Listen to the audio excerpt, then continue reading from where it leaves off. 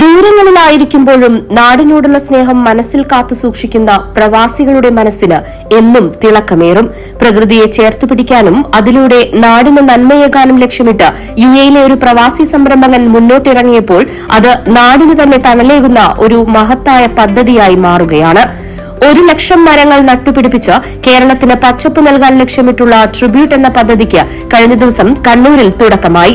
വ്യവസായി KP സഹീർ നേതൃത്വം നൽകുന്ന സ്റ്റോറീസാണ് ഈ സ്വപ്നത്തിന് ചിറക് നൽകുന്നത്.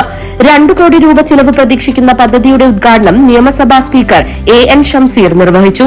മനുഷ്യൻ പ്രകൃതിയോട് ചെയ്ത ക്രൂരതയ്ക്ക് പ്രകൃതി പ്രതികരിച്ചിരുന്നെങ്കിൽ ഇന്ന് മനുഷ്യരാശി ഭൂമുഖത്തുണ്ടാകുമായിരുന്നില്ലെന്ന ഉദ്ഘാടന പ്രസംഗത്തിൽ സ്പീക്കർ ഓർമ്മിപ്പിച്ചു. പ്രകൃതിക്ക് വേണ്ടി സംസാരിക്കാൻ ആളുകളുണ്ടെങ്കിലും അതിന് പരിഹാരം കാണാൻ അധികമാരും മുന്നോട്ട് വരാറില്ലെന്നും അവിടെയാണ് ഏവർക്കും മാതൃകയായി ട്രിബ്യൂട്ട് എന്ന പദ്ധതി ശ്രദ്ധേയമാകുന്നതെന്നും അദ്ദേഹം പറഞ്ഞു. ഓരോ മരത്തിനും 3 പേർ രക്ഷാധികാരികളായി മാറുമെന്നതാണ് ഈ പദ്ധതിയുടെ ഏറ്റവും വലിയ പ്രത്യേകത.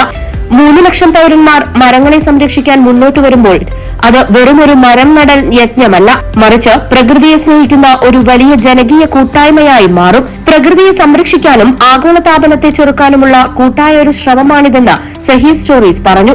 3 വർഷം നീണ്ടു നിൽക്കുന്ന ഈ പദ്ധതിയെ ഒരു ജീവിത ദൌത്യമായി ഏറ്റെടുക്കുകയാണെന്നും അദ്ദേഹം കൂട്ടിച്ചേർത്തു. ട്രിബ്യൂട്ട് വെറുമൊരു സംരംഭമല്ല, അത് നാടിനോടുള്ള സ്നേഹത്തിന്റെയും പ്രകൃതിയോടുള്ള കടപ്പാടിന്റെയും പ്രതീകമാണ്. മരങ്ങളെ സ്നേഹിക്കുന്ന ആർക്കും ഈ ഉദ്യമത്തിന്റെ ഭാഗമാകാം.